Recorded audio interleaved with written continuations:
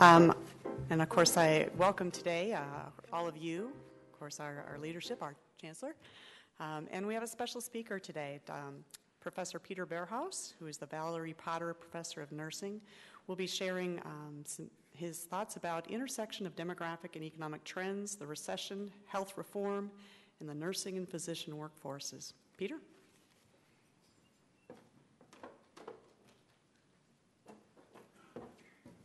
Good afternoon, everyone, and thank you for the introduction.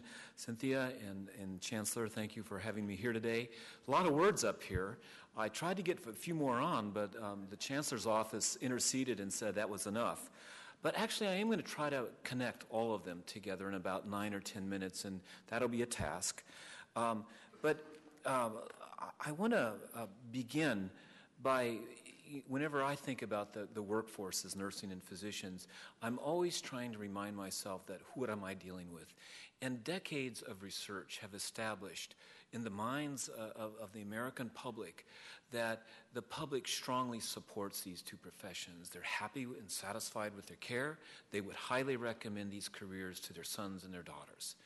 And to sort of summarize it all, above all other professions, Americans trust, admire, and respect these two professions. So I remember that every time I'm thinking about it. Now, we've had health reform, the saga, this past year, and I'll admit I have not read all 2,700 pages of the bill.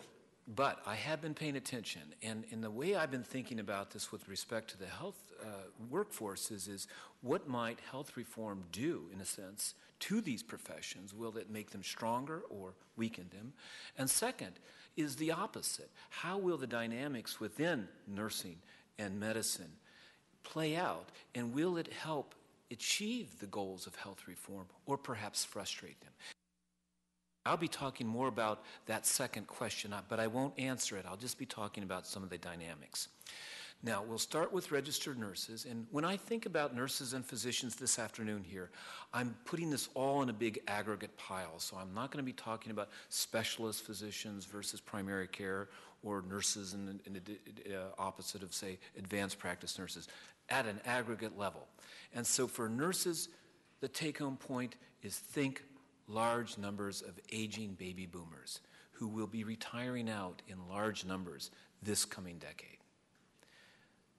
And the key question is, can the profession replace the 900,000 RNs who are over the age of 50 out of a workforce of 2.5 million? Not just replace these older nurses as they retire out, but then grow the total supply to meet the new demand that we'll expect as we have millions of new Americans with health insurance, and we have the 80 million baby boomers coming along through the decade, bringing with them all their multiple chronic diseases. So a lot of new demand. I'm not pointing at any of you, but that's the sort of the demand picture that we have. And so back in 2000, the first study actually I published when I came to Vanderbilt was the one that projected and sort of got a hold of these trends for the first time and said, where are we going with all this? We projected a shortage of, at that time, 400,000. The government came along 2 years later and upped the ante with new revisions to demand and supply and showed that projected a shortage of double that at 800,000.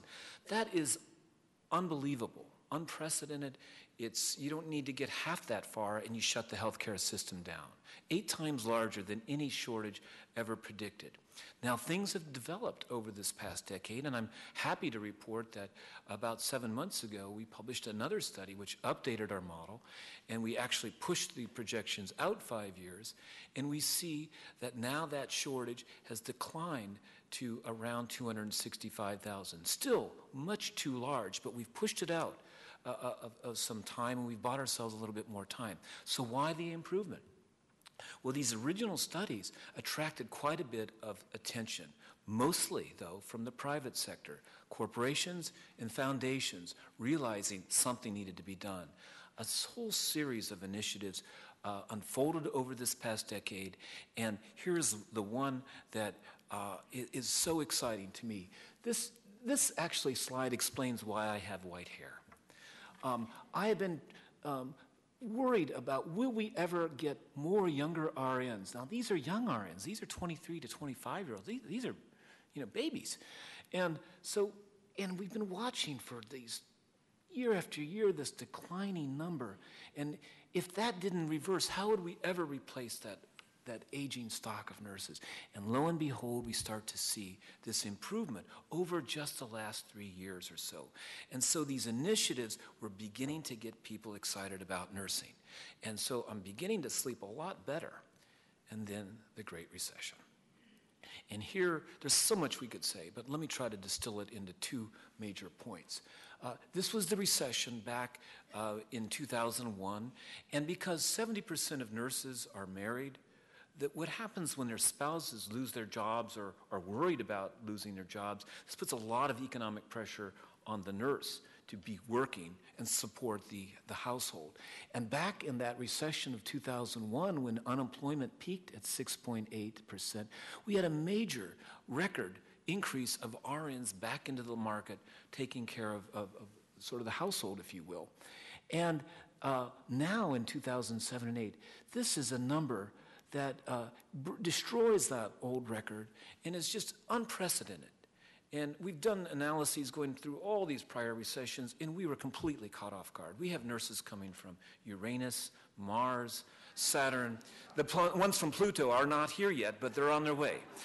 But while good in the sense that we kind of knocked out this almost 10-year persistent shortage of nurses in hospitals, the bad news is we're clogging up all the jobs for these new cohorts of younger nurses trying to get their careers established. And I'm worried that if the jobs recovery doesn't hurry up and we have these older nurses clogging up the labor market, the word will get out, don't go into nursing. There's no jobs. And if that happens, we'll wreck this very trend that was beginning to get started and is so vital to replace this aging workforce. So with that, let me turn to our physician workforce. And I have to tell you that we have been wanting my econ team to really work with the physician workforce, apply our models, apply our data, see what we might find. And I'm so glad we did, because I think we have just introduced some extremely fresh, insightful, and probably provocative findings that have come in just in the past several months. And so I want to just very briefly highlight 2 studies. We noticed as we began this work to see some interesting changes as we looked at the traditional gold standard data, the AMA master file. We examined that with other data, and 3 major points came out from this analysis that took us about a year to complete. One is using other alternative data and showing this in great detail. We are seeing actually a younger workforce, younger physician workforce, than what people looking at the other traditional data have been projecting and thinking for years. So a younger workforce under the age of 35. But as we project out to 2020, fewer physicians, 100,000 fewer physicians, because we see a much larger retirement of large cohorts of older male physicians primarily, playing out over this decade. The third factor, though, which was interesting, is our data allows us to watch cohorts over their professional lifetime. And as we started to focus in on female physicians, lo and behold, we start to see that once female physicians get past that child-rearing phase in their life, they come roaring back into the workforce. But because there are so few of them in these older ages, we don't see that really offsetting the decline out from the retiring male physicians. But as we get out past 2020, you see the insurgence of this, the great increasing supply of older female physicians coming into this workforce and really doing some neat things, but that's in the years ahead. The other study that we published about 3 weeks ago resulted from this other study when we noticed that something else that caught our eye. And this is something that I think is very serious and provocative. But over the past 10 years, we have we noticed a rather substantial decrease in the weekly hours supplied by physicians across the country. A decline of 55 hours per week down to 51, which is roughly about an hour a day. And when you sum all those hours up across the whole workforce, this is a decline of about 36,000 physicians. So not a trivial number. Now, this is the data, and you can kind of see this 2 decades of stable weekly hours of 55 or so, and then this last year, 10 years of decline, and last night we got the new data, and that trend continues further. And as you look at this, we tried to figure out what's going on, and we examined all kinds of hypotheses, but these declines occurred in younger physicians, in older physicians, females and males, residents and non-residents, regardless of workforce where they were employed. Across the board, declines in weekly hours. So what could explain this? And we went through every non-economic explanation we could come up with, but lo and behold, as economists, we eventually stumbled on maybe there's something in economics that might be explaining. So we constructed a fee index that combined both Medicare and private fees together. And hopefully you'll note that at a year before the hours started to decline, we see a dramatic decline in fees. These are adjusted for inflation. So one way of thinking about this is if you thought about a physician providing the same bundle of services today as they were providing 10 years ago, today they would be paid 25% less. So there has been a dramatic decline in fees. And from an economic perspective, that certainly makes that last hour of work far less rewarding, and probably explains why we're seeing this reduction in hours work. And so this is a rather provocative finding. And think about this the next time you hear about the doctor fix. What are we going to do about physician fees? This is something you might think about. So in summary, these two workforces are intimately connected, and their well-being is really vital to all of our well-being. For nurses, it's dominated by this aging baby boom retirement.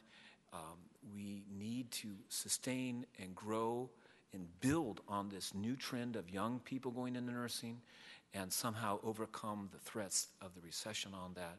For physicians, we're looking at a younger workforce in the future, but fewer physicians working fewer hours. And bringing it back to health reform, we have reforms in the insurance market, payments, delivery, and in market and regulatory structures, all of which will impact these dynamics, and the dynamics will impact the success of those reforms.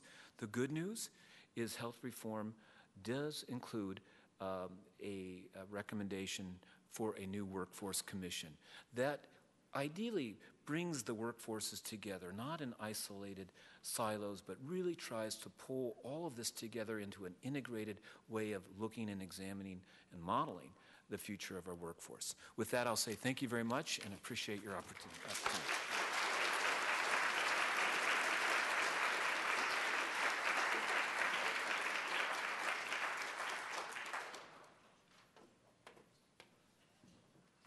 Thank you, Peter. That was fabulous.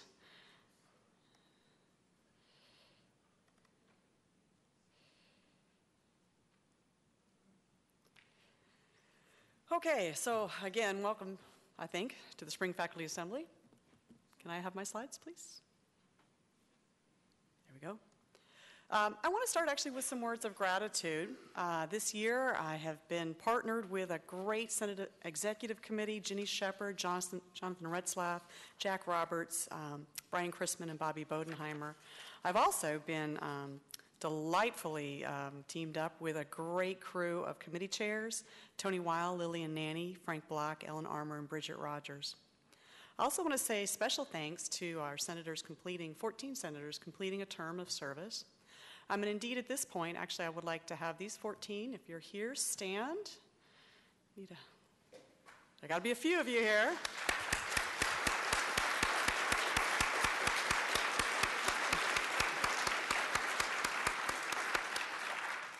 And indeed, I thank so much all of the 48 senators and our other members of the Senate, too, our deans and the administrative officers. I want to talk now about the mission of the university and how the Senate has been working this year to support the mission of the university. So, from our mission statement, Vanderbilt University is a center, not that. Technical difficulties here. It's a center for scholarly research, which is envisioned, led, and conducted by the faculty. It is a center for informed and creative teaching, which is designed, presented, evaluated, and assessed for accreditation by the faculty. And it is a center for service to the community and society at large. And this is implemented by the faculty in contributions to our professions as editors, conference organizers, professional society officers, by the solution of social and economic problems, through discovery of helpful technologies, through patient care, by informed testimony in the councils of government, with volunteerism, and countless other ways. Without the faculty, the university is not here. In support of this mission, the Senate has focused on several things this year. We have focused on, had as a mission to safeguard your privacy, your academic freedom, and access to effective due process, to improve faculty representation and interactions at all levels of leadership, to ensure excellence in educational programs, and to enhance the quality of life for the Vanderbilt community. And I wanted to give you several examples of things that we have done specifically this year. So in terms of privacy and academic freedom, we presented a proposal that has triggered strong support from administration to increase the privacy and security of faculty electronic records and communications. And you can look forward to the development of a much stronger protection of your privacy. We initiated a discussion with the administration to more explicitly protect academic freedom in light of recent court decisions, not Vanderbilt court decisions. And you can anticipate this as an ongoing charge to be considered next year. We've also clarified lobbying reporting rules as communicated by our Office of Federal Relations so that you can feel free as a private citizen on your own letterhead or from your own Yahoo email or Gmail to lobby as a private citizen and not have a memo coming out from our Office of Federal Relations that says you have to report that. No, you do not. We have worked to improve your access to due process. We approved a change to the faculty manual that will facilitate appointment of committees to hear Section A grievances. These are the grievances that deal with concerns about reappointment, promotion, and tenure. We have also continued to provide dedicated service in the hearing of Section B grievances. Section B grievances are the ones that don't involve reappointment, promotion, and tenure. We have worked in faculty representation, and consistent with the constitutional charge to reapportion, we carefully researched and evaluated the composition of the Senate. We also considered how changes in the administrative structure and have affected the ex officio membership on the Senate and on its function. And these two bodies of work have resulted in motions that I will be presenting to you in just a moment. We've worked on our interactions with the Board of Trust. The Senate leadership met or will meet with the Board of Trust academic programs and student life committees in November and April. The Board of Trust chair, Mrs. Martha Ingram, presented at the December 2009 Senate meeting. We had a wonderful discussion. The Senate is continuing to explore productive interactions with the Board of Trust. We have worked, of course, in support of excellence in education. We evaluated the Graduate Education Task Force report, which will be the focus, the strategic focus of the next Board of Trust meeting. We had a panel discussion with task force subcommittee chairs, and we followed up on many of the recommendations in the report, both with senior administration and also with Dean of Students Mark Bandus and Dean of Libraries Connie Dowell. In support of the excellence of education, we approved the Bachelor's of Music and Master of Business Administration degree program at the Blair School of Music and the Owen Graduate School of Management. The Senate Academic Programs and Services Committee is in the process of evaluating a new degree, Master in Health Professions Education. And the same committee is also developing a guiding document for the preparation and approval of new degree proposals. Previously, it's been a pretty murky process. In terms of quality of life, the Senate conducted a study of pay schedule preferences of faculty with 9-month appointments, and those data will be presented or reviewed at the next Senate meeting next week. They have already been released. We examined mechanisms for faculty development at all ranks across the university and anticipate some recommendations coming out either this year or next. We continue to press administration regarding smoking on campus, and I will say I personally am grateful for the efforts they've made. We helped move forward plans for the Parents in a Pinch program, which does exactly what you think it does in terms of providing care. We followed up on the previous year's Senate recommendations regarding student mental health and sexual assault.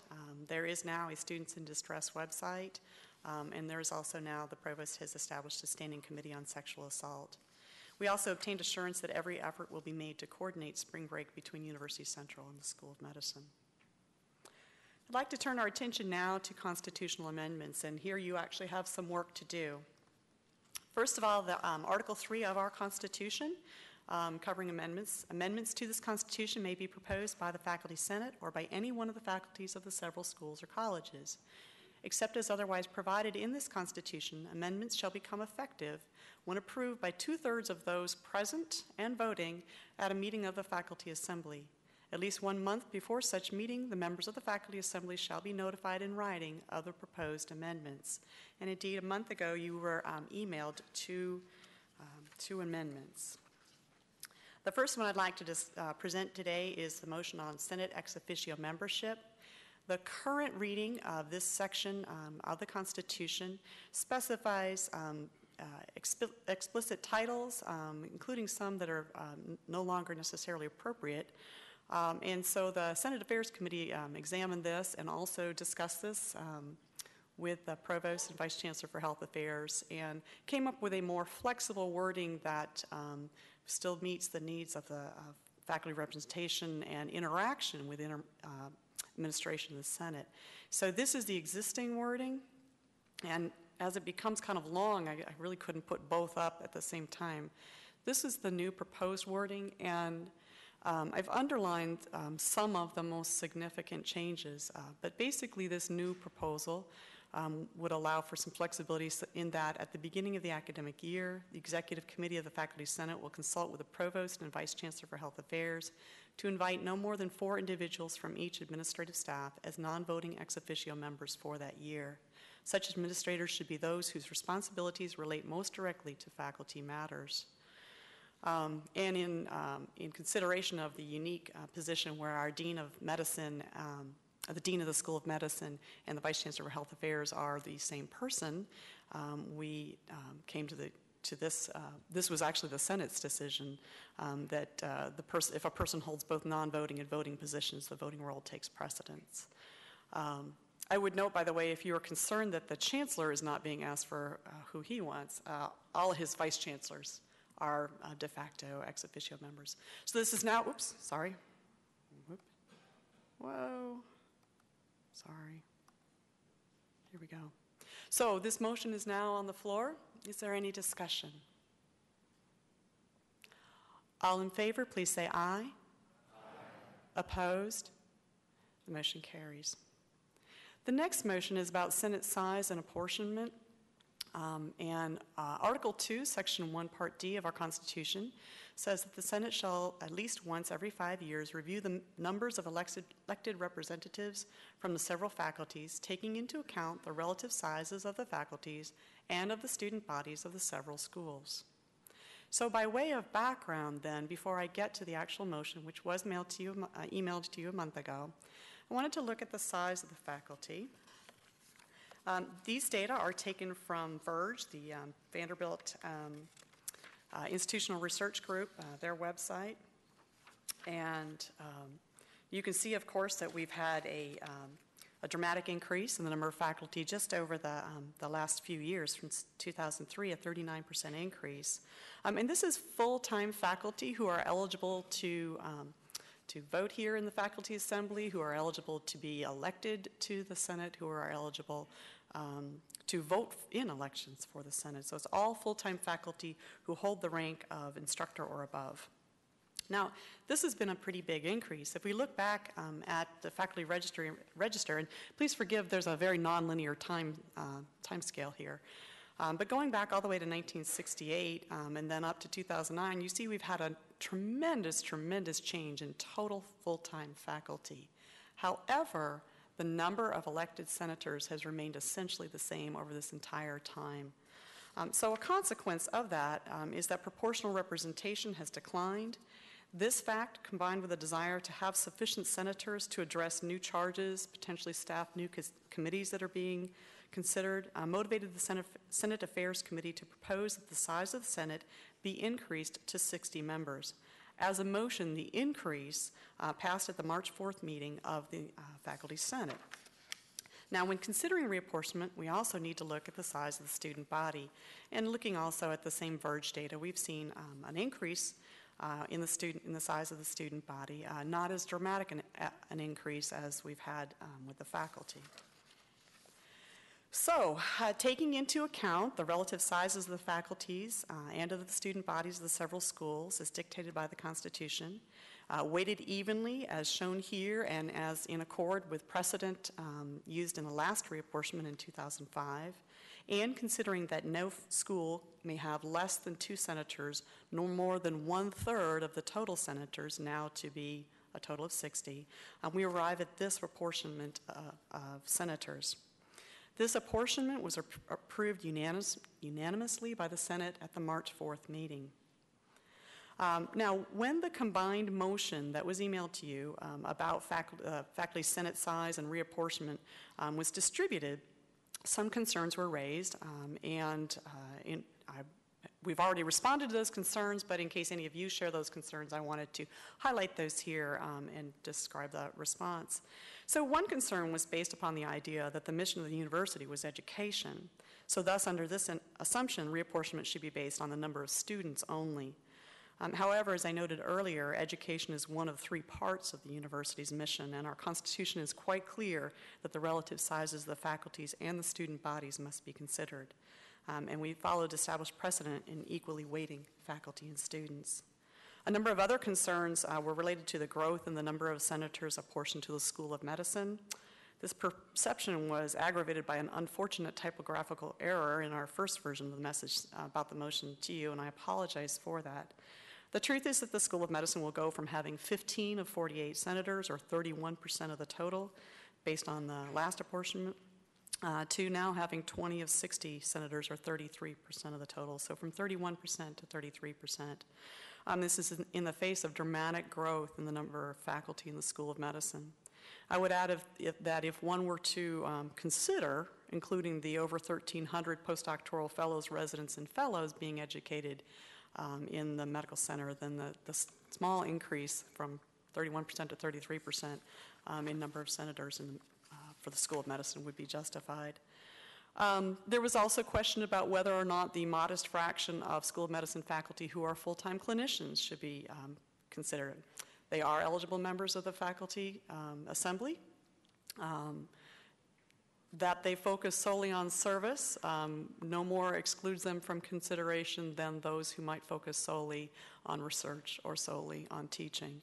And they are full members of the faculty. Another concern that was raised, not so much about this motion, but in examining the data that were used, the Verge data that were used to come up with this apportionment, it was very clear that the School of Engineering, unlike the other schools of the university, has lost faculty since 2003.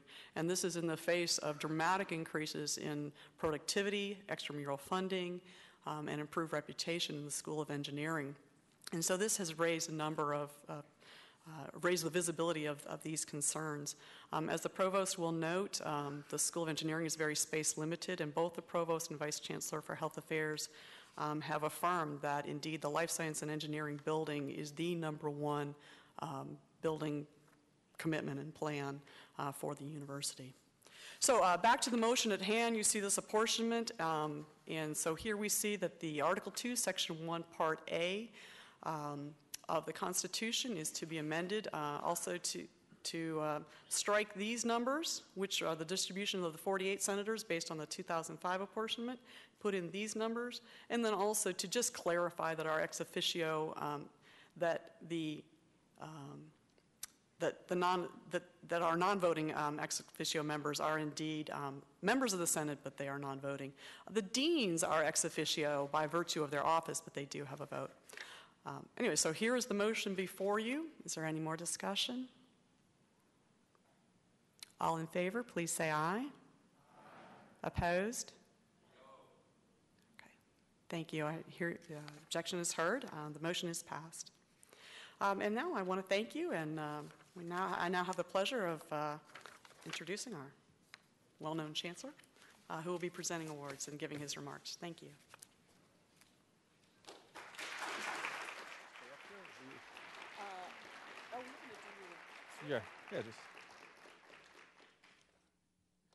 Thank you very much, Cynthia, and it is a pleasure to be here. I'm always looking forward to these and heartened by these occasions with our faculty. It is a rare moment where we all come together as a collective body to discuss the university, govern the university, and celebrate your extraordinary achievements. Your commitment to excellence in all the fields that Cynthia mentions really distinguishes our university, and I am continually amazed and inspired by the creativity, the energy, and the expertise that you bring to your extraordinary work.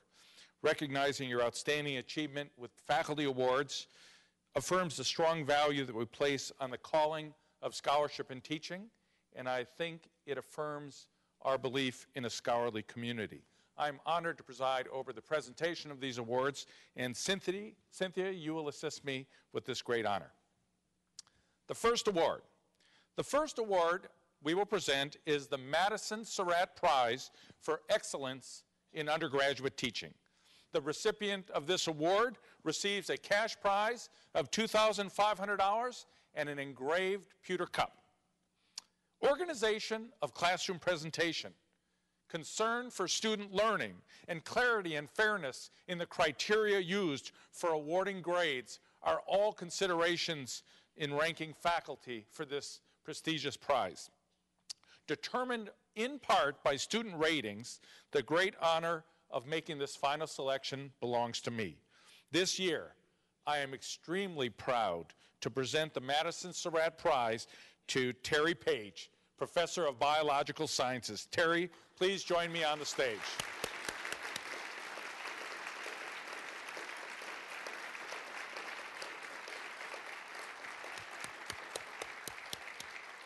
Now, before we give you this great prize, let me say a few words about our colleague, Terry. He directs the interdisciplinary program in neuroscience, and he's a member of the Vanderbilt Kennedy Center. A brilliant researcher, his interests include circadian rhythms, neurobiology, learning, and memory. Today, we recognize Terry for his absolutely outstanding ability to connect with and challenge students while nurturing their enthusiasm for science. In his Introduction to Biological Sciences, yes, a requirement for the pre-med curriculum as well as for all majors in biological science, neuroscience, biomedical engineering, and chemical engineering, he has the formidable task of teaching up to 200 students each semester. Despite such a large and diversified student population, with so many reasons for taking this course, Terry earns very high marks for communication, helpfulness, and stimulating their passion and interest in science. In addition to being an excellent classroom teacher, he is an outstanding teacher in his laboratory, and he is praised for exemplary mentoring skills and always a good sense of humor. Students declare him as, quote, an awesome lecturer and one of the best biology professors ever. Terry is the kind of faculty member that makes Vanderbilt a truly great university. It is my pleasure to present him with the Madison Surratt Prize for Excellence in Undergraduate Teaching. Terry, congratulations. We got the check rolled up in here. That's good. Yeah, congratulations. It's great. That's a tough task.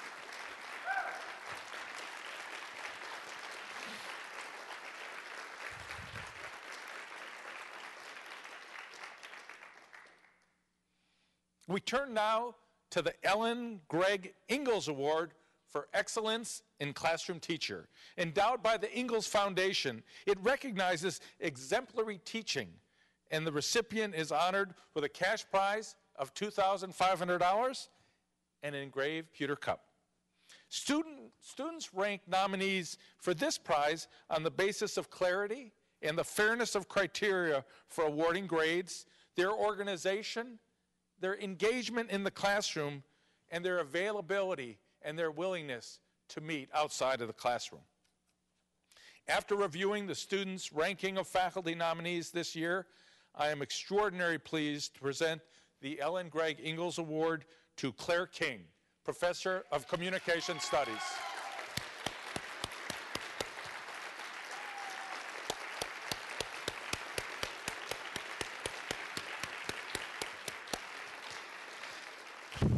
Claire manages to connect and weave her scholarship seamlessly through her teaching. She engages student learning through a variety of off-campus activities, including a film festival at the Belcourt, a photography and film exhibit at the Frist, and my favorite, a horror film convention at the State Fairgrounds. Claire has high expectations of her students to read difficult theoretical materials and to write using sophisticated critical thinking skills. Perhaps the most telling indication of Claire's teaching excellence is that she does not take attendance in her class. According to her students, she doesn't need to. In their words, her teaching is so awesome, I never wanted to miss.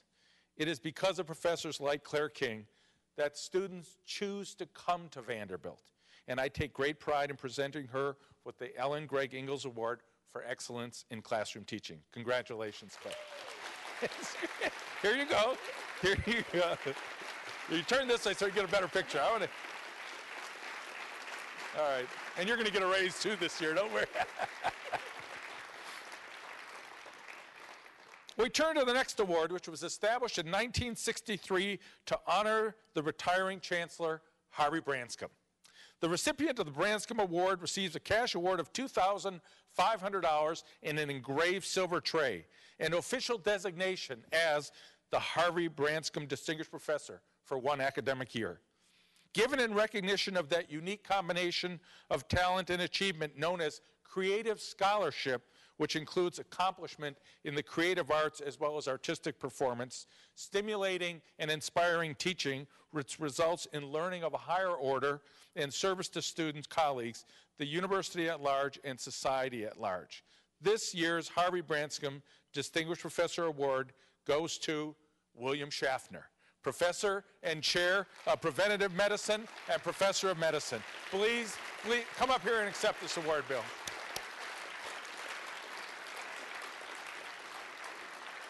Hey, you get a little schmata. Bill exemplifies the very best in creative scholarship through his contributions to Vanderbilt, but more broadly to the welfare of our society. Perhaps best known for our societies and the media's go-to expert on infection-related public health issues, he brings a familiar, respected voice into American homes, along with the Vanderbilt name. He raises public awareness on issues related to influenza, smallpox, bioterrorism, and the effectiveness of vaccines. Bill manages to inform society without frightening them, and he manages to convey to our society the importance of solid science in clear, easy-to-understand language that the average person can comprehend. Through his collaborative efforts, he has closely linked Vanderbilt faculty with the Center for Disease Control and the Tennessee Department of Health, and his work in this area has become a model for other medical centers and public health agencies around the country. Bill was a pioneer in establishing rigorous infection control programs in hospitals and defined this as his field of research. He is a highly productive researcher. He edits some of the most prestigious journals, scholarly journals in science. However, teaching is and remains one area that he holds closest to his heart. In fact, if you go to the School of Medicine reunions, many graduates will reminisce fondly that Bill's lecture on hospital infection, and yes, hand washing, as the single most memorable lecture of their entire medical school experience. For Bill's extraordinary contributions to Vanderbilt University, for his service to public health in our society, which has inspired countless students and colleagues, he is highly deserving of the Harvey Branscombe Distinguished Professor Award, and I am proud and pleased to present it. Congratulations, Jeff. That's great. Well deserved. Do we have to stand here and No. take a picture? No, don't take a picture. That'll be on the news tonight. We turn now to the next award in honor of Chancellor Hurd's retirement. This is getting of concern to me here, all these retirements.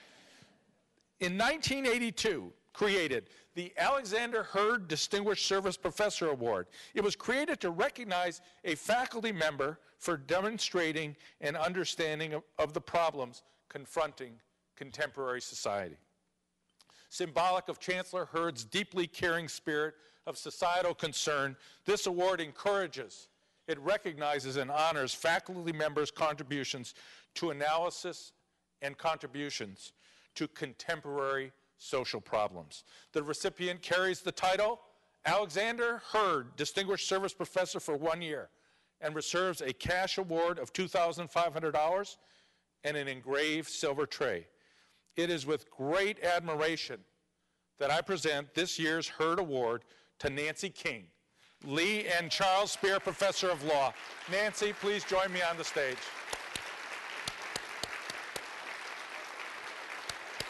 Go there. Nancy is first and foremost an outstanding scholar. Devoting her time and expertise for the good of society, she serves as a model of how academia can impact our nation's legal system. In her service to government and non-government law reform, Nancy ranks among the top 5 contributors to the field of criminal procedure and practice, and perhaps the leading scholar on reform of habeas corpus litigation in the federal court system. She has served as a member of the prestigious Advisory Committee of the United States Judicial Conference on the Federal Rules of Criminal Procedure, which is responsible for proposing amendments in the rules of procedure used in every federal criminal proceeding. As a member of the American Law Institute's Committee on Capital Punishment, as well as the American Bar Association's Criminal Justice Standards Committee, Nancy plays a vital role in shaping the criminal justice system at both the federal and the state levels. The depth and scope of Nancy's service to the law school is also extraordinary. She has strengthened the school by her direct involvement in the selection and the recruitment of the majority of its current faculty. Shouldering the most demanding and complex work, Nancy is committed to promoting collaboration among her colleagues, yet also finds time to be a great mentor to junior faculty in advancing their scholarship. Her excellent teaching earns students praise for her keen knowledge and her deep passion for the material. Vanderbilt law students often cite the care, the encouragement, the knowledge that she brings to their learning experience, as well as the respect and admiration they hold for her as a person and as a professor. Nancy's impressive contributions to the analysis and reform of criminal procedure, her exemplary service to the university and to the law school, her inspirational mentoring of students and colleagues, and her concern for society as a whole qualify her as a most worthy recipient of the Alexander Hurd Distinguished Service Professors Award, and I am pleased to present it to Nancy. Yeah. All right, you get a, where's the check? Is there? Oh, the check's here. You don't get a cup. And it has a little rag so you can polish it. Yeah, you're the best. The final award today is the Joe B. Wyatt Distinguished University Professor Award, which honors the retirement of Chancellor Wyatt in 2000. This award recognizes accomplishments that span multiple academic disciplines. Its purpose is to honor the development of significant new knowledge from research or exemplary innovations in teaching. The recipient carries the title of Joe B. Wyatt, Distinguished University Professor for 1 year, and receives a $2,500 cash award, as well as an engraved silver tray. With a great sense of pride, I am very pleased to present this year's Joe B. Wyatt Distinguished University Professor Award to David Cosson. David, will you please come up here?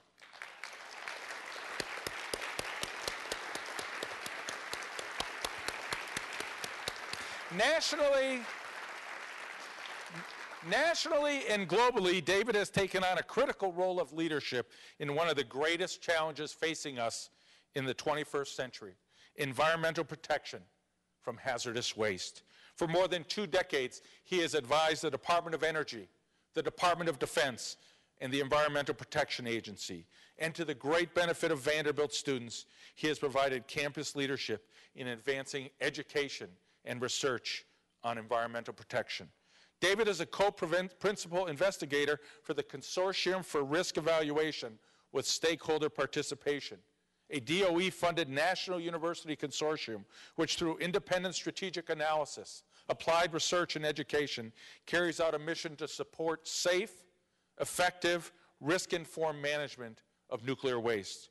After last year's devastating coal fly ash spill in Kingston, Tennessee, which destroyed homes and contaminated adjacent bodies of water and hundreds of acres of land, David served as a much-needed advisor to Governor Bredesen. Importantly, the EPA relies on his research as they propose new regulations governing the use and disposal of coal combustion residues to hopefully prevent this type of catastrophe from ever occurring again. Under David's guidance, Vanderbilt Engineering School's Department of Civil and Environmental Engineering has achieved recognition as a national leader in the important field of nuclear waste management. He chaired the leadership team that brought about the creation of the Vanderbilt Institute of Energy and Environment. The Department of Geology transitioned to the Department of Earth and Environmental Sciences thanks to David's help in conceptualizing the change and encouraging and building partnerships between environmental engineering and earth and environmental sciences. The fruits of that partnership include the attainment of advanced research equipment, the graduate program option in environmental science, and the transdisciplinary initiative on environmental systems programs. For his successful collaboration of research, service, and education to create new knowledge that addresses one of the most critical challenges in our world today, I am very pleased to present to David Costin the Joe B. Wyatt Distinguished University Professor Award. Congratulations, David. Thank you, man. Yeah, that's great. Well deserved. Thank you. Well deserved. Well deserved. So you get this, and then you get the schmata. All right, and you're going to get a raise too this year, so don't worry. Oh, good. That's even better. Thanks. Thank you. Before we conclude this part of our recognition ceremony, I want to recognize 2 of our colleagues who made the news this week. Our colleague Joe Hamilton in physics played a pivotal role in the discovery of a new element. And our colleague Nita Farahani in the law school was just appointed by President Obama to serve on a commission on bioethics.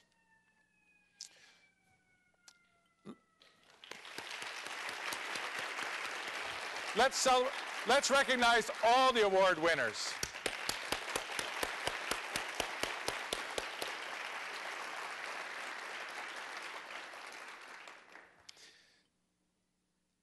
I get this opportunity to talk about the state of the university, and I very much appreciate the privilege, and I would like to hopefully make some remarks here that will give you great comfort and show, I think, my appreciation and the appreciation of so many for what you do at Vanderbilt. When we met last September, I was relieved and grateful to advise you on the impressively robust health of Vanderbilt University. We had come through the rapid and frightening economic downturn, and though I always want to be realistic, I also wanted to report to you every encouraging statistic I could find. Every appointment, every award, every funding windfall, every new gift, every publication, and every sports score that I could squeeze into this 15-minute address.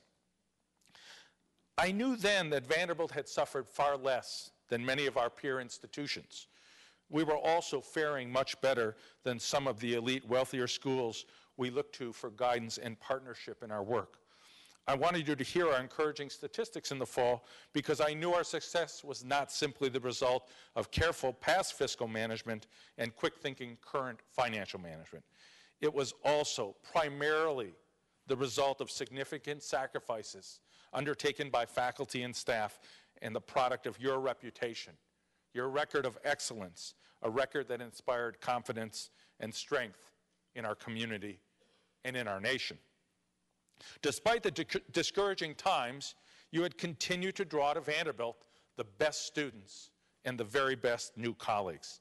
Despite personal uncertainty, and I will say national panic, you were continuing to win prestigious national awards and generous research grants.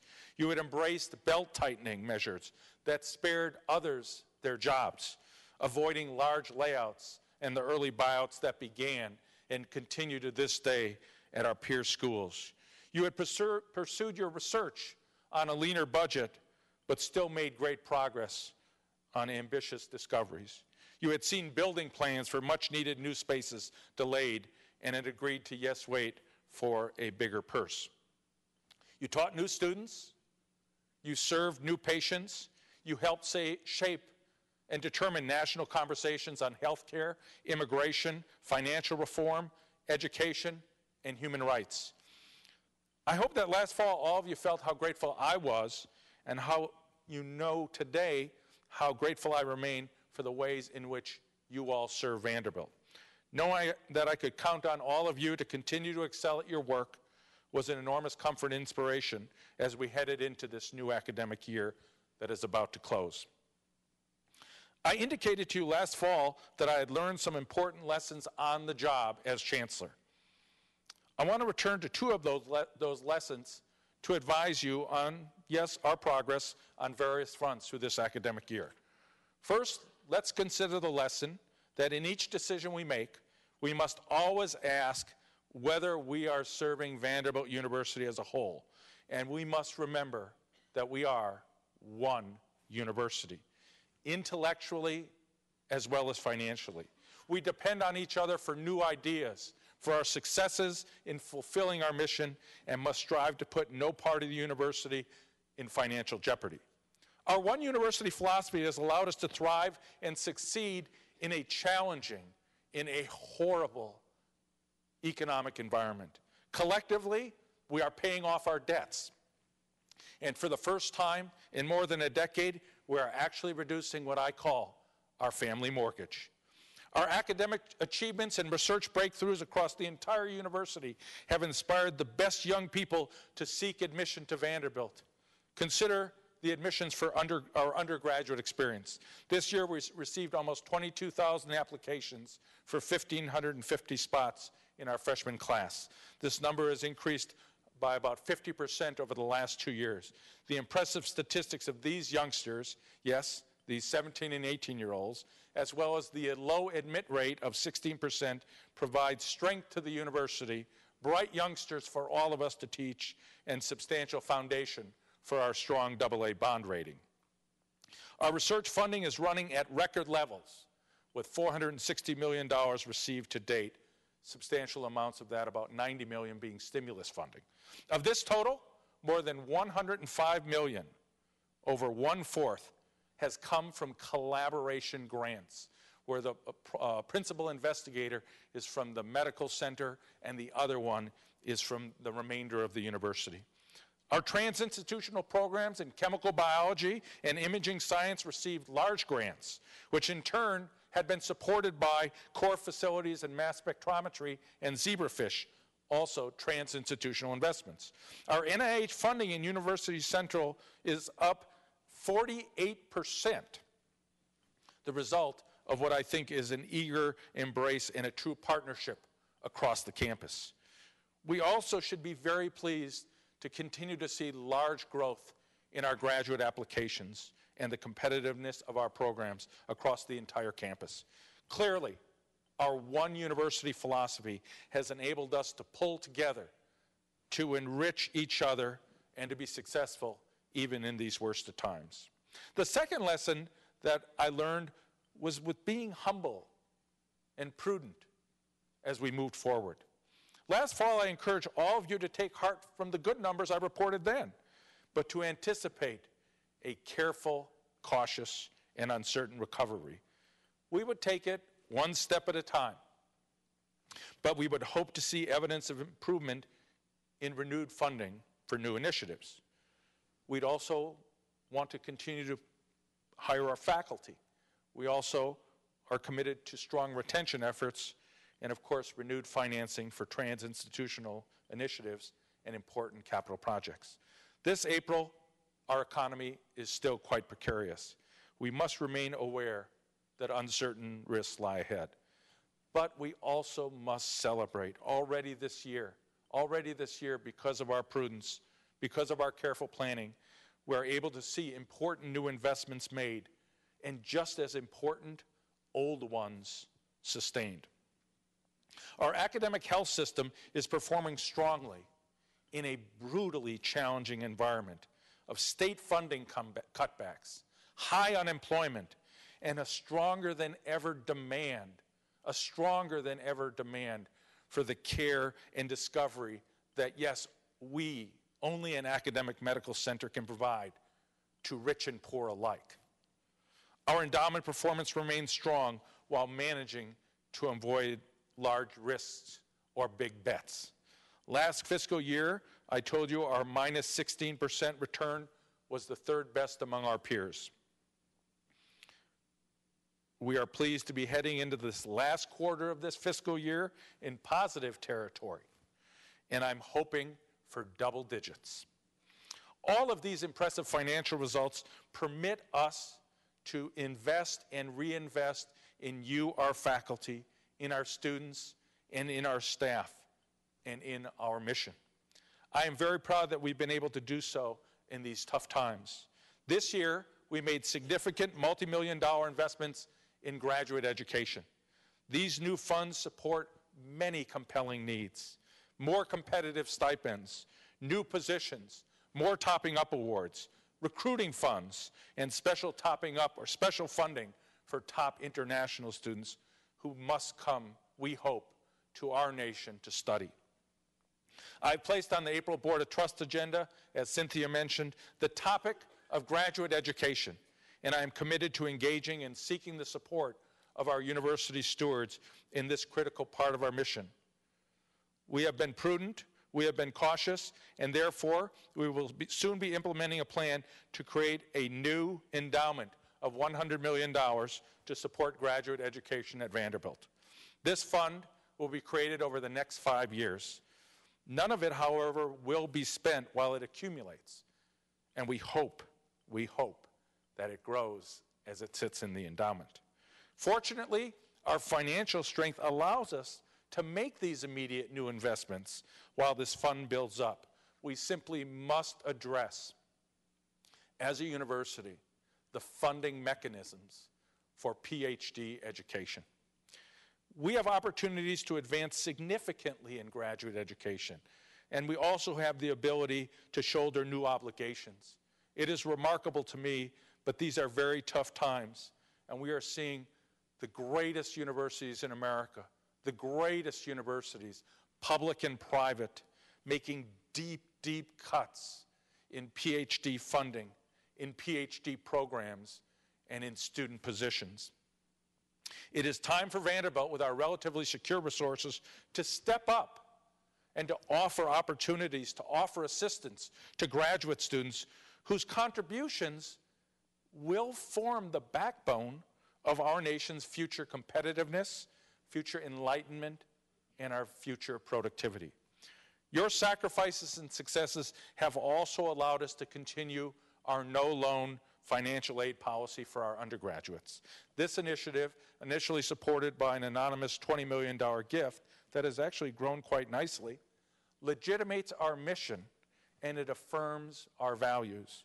Please take pride in your part in Vanderbilt's ability to sustain this policy for so many hardworking families and their children. And know that it is not this way everywhere. Some of our peers have had to cut back on their financial aid.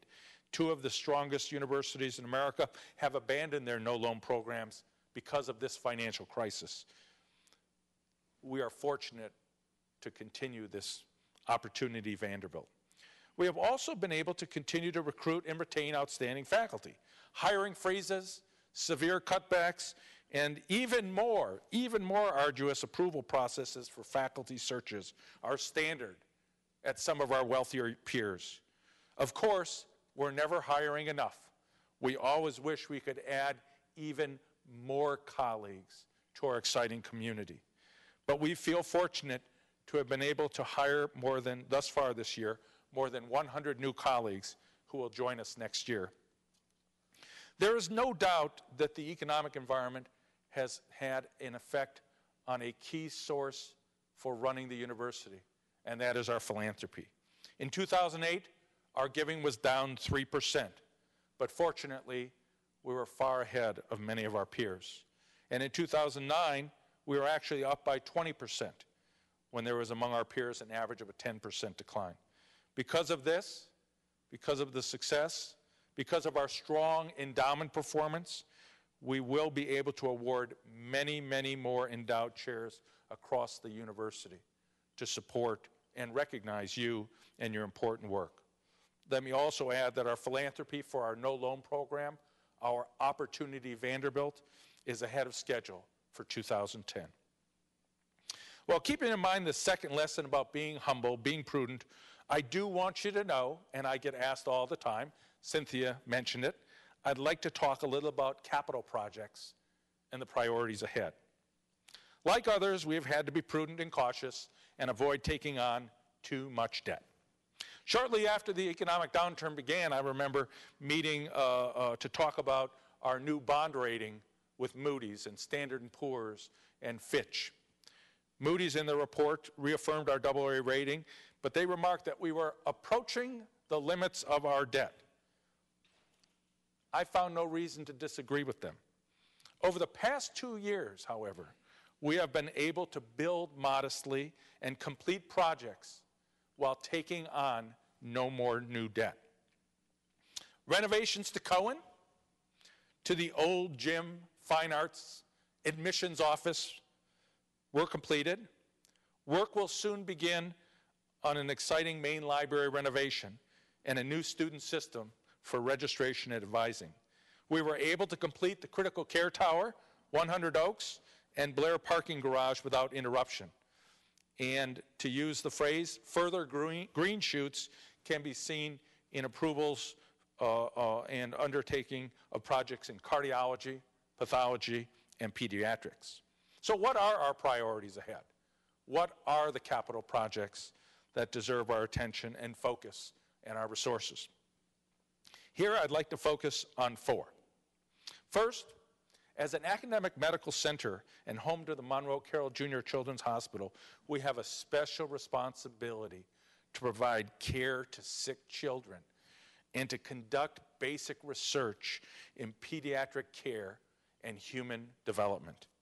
Only an academic institution of our stature can take on this mission and meet these very special needs. Second, as Cynthia mentioned, we must take further advantage of our opportunities to link medicine, engineering, and the physical and the biological sciences. We are doing a good job on that, but there is so much more that we can do in basic and applied research. We can do things nobody else can do because of our unique culture of collaboration, our trans-institutional culture, and our campus geography. Thus, a new life science and engineering center must be a priority.